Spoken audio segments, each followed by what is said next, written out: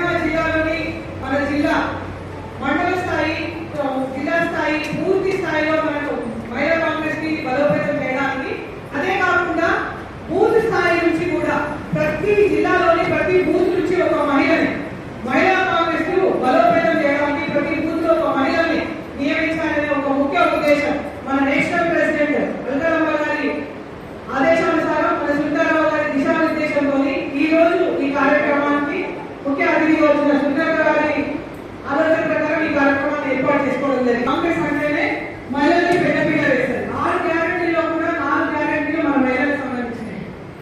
మనం కూడా ప్రతి గ్యారెంటీ మనం ఏదైతే అధికారంలోకి వచ్చినామో ఆ గ్యారెంటీలు పెట్టి అధికారంలోకి వచ్చినామో ప్రతిదీ కూడా మనం నెరవేరుస్తున్నాం. ఒక రేషన్ కార్డు లేదు, మన గవర్నమెంట్ వచ్చినాక రేషన్ కార్డు ఇస్తుంది. ఈ మధ్యలో రేషన్ కార్డు ఇచ్చిన వాళ్ళకు కూడా 3 నెలల నుంచి మనం సదవి ఇస్తున్నాం.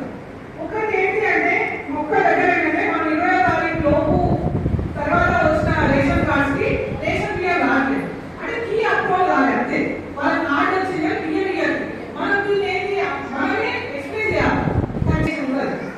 దీన్ని మీరు ఎక్స్ప్లెయిన్ చేయాలి. దీన్ని ఏంటంటే ఈ 3 months తర్వాత ఆగస్ట్ నుంచి వాళ్ళు ఫుల్ పెన్షన్ రైస్ వస్తుంది. ఈ యొక్క విషయాన్ని కూడా మనం ప్రజలకు తీసుకెళ్ళాలి.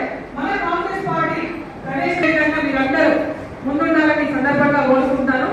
అదేవిధంగా జనాభాలో మనం 51% ఉన్నాం, పోటీ చేయగలుగుతాం. కానీ ఇంకా కూడా అంటే అసెంబ్లీలో కానీ పార్లమెంట్ లో కానీ ఇంకా మనకి ఆ స్థానాలు లేవు. అది వచ్చేంత వరకు మన అధ్యక్షురాలు సుందరరావు గారి ఆధ్వర్యంలో ఎలాంటి ధర్నాలు ఇచ్చినా తను ఎలాంటి పిలిపించినా మన కరీంనగర్ జిల్లా ఎప్పుడూ ముందుండాలని ఈ సందర్భంగా మీ అందరికీ తెలియజేస్తూ